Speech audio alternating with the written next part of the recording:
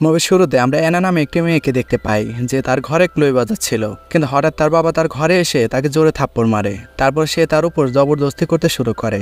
তখন অ্যানা তার বাবাকে জিজ্ঞেস করে কেন সে তার সাথে এমন করছে, যার পর সে অ্যানাকে বলে আমি তোমার ও তোমার মায়ের অনেক উপকার করেছি, সেজন্য এখন সেই উপকার শোধ করার সময় এসেছে। তারপর নিজেকে বাঁচাতে অ্যানা তাকে তার পা দিয়ে ধাক্কা দেয়, যার কারণে একটি ধারালো বস্তু তার গলায় ঢুকে যায় এবং সে সেখানে মারা যায়। এখন অ্যানাকে তার বাবার খুনের মামলায় গ্রেপ্তার করা হয়। এরপর পুলিশ তাকে আদালতে নিয়ে যায়। এখানে অ্যানা বিচারককে বলে তার বাবা তাকে রেপ করার চেষ্টা করেছিল, সে কারণে সে নিজেকে বাঁচাতে এটা করেছে। কিন্তু যখন অ্যানার মাকে সাক্ষ্য দেওয়ার জন্য আদালতে ডাকা হয়, তখন সে জাজকে বলে তার স্বামী একজন ভালো মানুষ ছিল, সে অ্যানার সাথে এটি করতে পারে না এবং অ্যানা যা বলেছে তা মিথ্যা। এখন তার মায়ের সাক্ষ্যের ভিত্তিতে জাজ অ্যানাকে 4 বছরের কারাদণ্ড দেয় এবং এরপর তাকে কারাগারে নিয়ে যাওয়া হয়। কিন্তু এখানে আসার পর অ্যানা দেখে এখানে সবাই 2 গ্রুপে বিভক্ত। তাদের একটি গ্রুপ হোয়াইট কয়েদিদের, যাদের লিডার কোরি, এবং অন্য গ্রুপটি ব্ল্যাক কয়েদিদের, যাদের লিডার জুলি। এখন কারাগারে নতুন আসা সমস্ত কয়েদিদের একটি হলে নিয়ে দাঁড় করানো হয়, যেখানে এই জেলের জেলার আসে, যার নাম ফ্রাঙ্ক সেই কয়েদিদের জেলের কিছু নিয়ম বুঝিয়ে দেয় এবং সে আরও বলে কেউ যদি এই নিয়মগুলি ভাঙার চেষ্টা করে তবে তাকে কঠোর শাস্তি দেওয়া হবে। এরপর এসব কয়েদিদের তাদের সেলে নিয়ে যাওয়া হয়। তারপরে অ্যানা যখন তার সেলের ভিতরে আসে, তখন তার জেনি নামের একটি মেয়ের সাথে দেখা হয়, যে সবসময় বেশ চুপচাপ থাকে। পরদিন সমস্ত কয়েদিকে একটি মাঠে নিয়ে আসা হয়, যেখানে হোয়াইট গ্রুপের লিডার কোরি অ্যানার কাছে আসে এবং তাকে তার গ্রুপে যোগ দিতে বলে। সে আরও বলে যদি সে তার গ্রুপে যোগ না দেয় তবে ব্ল্যাক কয়েদিদের লিডার তাকে ছেড়ে দেবে না। কিন্তু অ্যানা কোনো গ্রুপে যোগ দিতে চায় না। সে কোরিকে না করে সেখান থেকে চলে যেতে শুরু করে, কিন্তু কোরি মনে করে সে তাকে অপমান করছে। এ কারণে যখন অ্যানা একা থাকে, কোরি তার গ্রুপ নিয়ে সেখানে পৌঁছায় এবং অ্যানাকে খুব খারাপভাবে মারতে শুরু করে। এরপর অ্যানা তার ছেলে আসে এবং ব্যথায় কান্না করতে শুরু করে। এটা দেখে জেনি তার কাছে আসে এবং তার প্রতি সহানুভূতি প্রকাশ করে। একই সময় তারা উভয়ই একে অপরের প্রতি আকৃষ্ট হয় এবং সেখানে ইন্টিমেট হতে শুরু করে। পরের দিন আমরা দেখতে পাই ব্ল্যাক গ্রুপের লিডার জুলি অ্যানার কাছে যায় এবং অ্যানাকে তার গ্রুপে যোগ দিতে বলে, কিন্তু অ্যানা তাকেও না করে দেয়। তাই জুলি তাকে হয়রানি করতে থাকে। এখন এইসব দেখে অ্যানা বুঝতে পারে তাকে কোনো না কোনো গ্রুপে যোগ দিতে হবে। সে কারণেই সে কোরির কাছে যায় তার গ্রুপে যোগ দিতে। তারপর কোরি তাকে বলে আমাদের গ্রুপে যোগ দিতে তোমাকে আমাদের বিশ্বাস জয় করতে হবে। সে কারণেই সে অ্যানাকে জুলিকে হত্যা করতে বলে। এখন নিজেকে প্রমাণ করার জন্য অ্যানা জুলির কাছে যায় এবং তার সাথে লড়াই শুরু করে। তাদের মধ্যে প্রচন্ড লড়াই শুরু হয়, কিন্তু তারপর অফিসাররা সেখানে আসে আর তাদের মধ্যে লড়াই বন্ধ করে দেয়। অফিসাররা তখন জানতে পারে অ্যানা প্রথমে আক্রমণ করেছিল। এই কারণে অফিসাররা তাকে শাস্তি দেওয়ার জন্য নিয়ে যায় এবং অ্যানার সমস্ত কাপড় খুলে তাকে 1 রাতের জন্য অন্ধকার ঘরে বন্দি করে রাখে। পরের দিন অ্যানাকে ফ্রাঙ্কের অফিসে নিয়ে আসা হয়। এখানে ফ্রাঙ্ক অ্যানাকে একটি অফার দেয়, যাতে সে বলে তুমি যদি আবার সেই অন্ধকার ঘরে আটকে থাকতে না চাও তাহলে তোমার আমাকে খুশি করতে হবে। এখন অ্যানা আর সেই ঘরে যেতে চাইছিল না, তাই সে ফ্রাঙ্কের কথায় রাজি হয়। এই কারণে ফ্রাঙ্ক তার সুবিধা নেওয়া শুরু করে। তারপর অ্যানা যখন কোরির সাথে দেখা করতে যায়, সে প্রথমে তাকে মাতাল করে। এরপর সেও অ্যানা সুবিধা নিতে শুরু করে। পরের দিন যখন অ্যানা তার গ্রুপের সাথে বসেছিল, তখন জুলি তার কাছে আসে এবং তার সাথে লড়াই শুরু করে, কারণ সে তার কাছ থেকে প্রতিশোধ নিতে চেয়েছিল। তাই এখন সেই 2 গ্রুপের মধ্যে লড়াই শুরু হয়। এরপর অ্যানাকে আবার ফ্রাঙ্কের অফিসে আনা হয় এবং এবারও ফ্রাঙ্ক এই লড়াইয়ের জন্য অ্যানাকে দায়ী করে। ফ্রাঙ্ক আবার একই প্রস্তাব দেয়, তুমি আমাকে খুশি করলে আমি তোমাকে ক্ষমা করে দেব।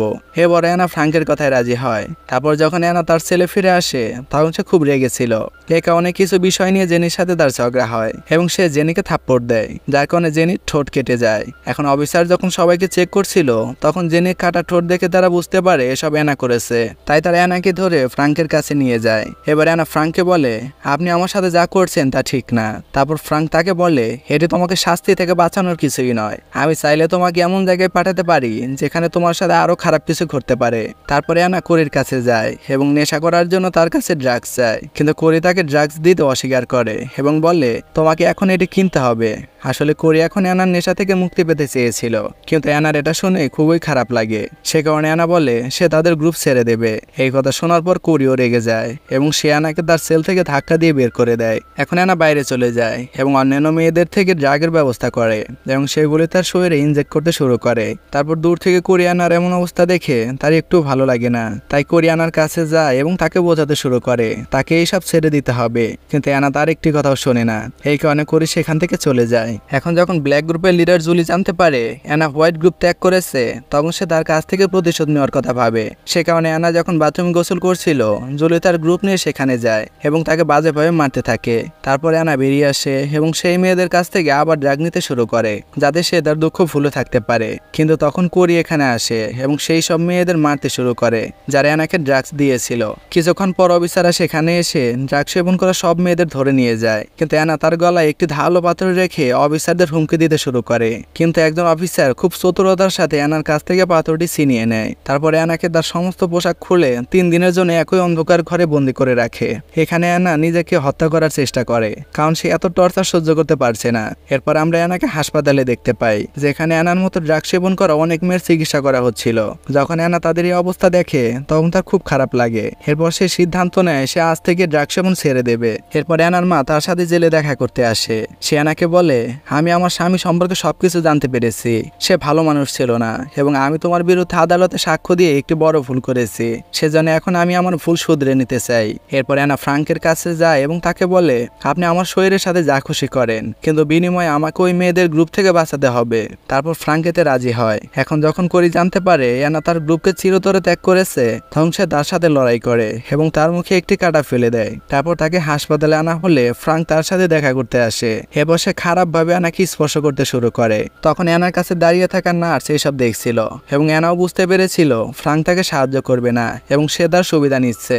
সে কারণে ফ্রাঙ্ক চলে যাওয়ার পর অ্যানা নার্সকে সব বলে দেয়। তখন নার্স তাকে বলে, আমার বোনের স্বামী গভর্নরের হয়ে কাজ করে, সেজন্য সে অবশ্যই আপনাকে সাহায্য করবে। কিন্তু ফ্রাঙ্ক সিসিটিভিতে দুজনকে কথা বলতে দেখছিল, সে কারণে ফ্রাঙ্ক সেই নার্সকে হত্যা করার জন্য একজন কয়েদিকে পাঠায়। আর ফ্রাঙ্ক সর্বদা অ্যানাকে জেলের কোনো না কোনো নিয়ম ভাঙার জন্য ফাঁদে ফেলে যাতে সে সর্বদা অ্যানার সুবিধা নিতে পারে। এরপর অ্যানা জানতে পারে কিছু অফিসার তাকে জিজ্ঞাসাবাদ করতে জেলে আসছে, তাই অ্যানা সেই অফিসারদের সামনে ফ্রাঙ্কের সকল সত্য তুলে ধরতে চায়। এ কারণে সে কোরির কাছে যায় এবং তাকে ফ্রাঙ্কের সকল খারাপ কাজের কথা বলে দেয় এবং তার সাহায্য চায়। তারপর কোরি তাকে একটি ফোন দেয় এবং তাকে বলে, এখন যখনই ফ্রাঙ্ক তোমাকে একা ডাকবে তুমি তার সমস্ত কার্যকলাপ এই ফোনে রেকর্ড করবে।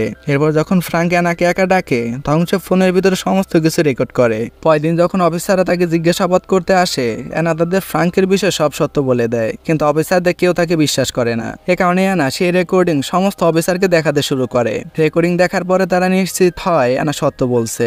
এরপর ফ্রাঙ্ককে গ্রেপ্তার করা হয়। এরপর অ্যানা সাহসের জন্য সবাই তার প্রশংসা করে। এর সাথে অ্যানা বেল অর্ডারও পেয়ে যায়। তারপর সে জেল থেকে বেরিয়ে তার মায়ের সাথে দেখা করে। এরপর আমরা দেখতে পাই অ্যানা একটি চার্জে ক্লোয়ে বাজাচ্ছে আর এর সাথে মুভিটি শেষ হয়ে যায়।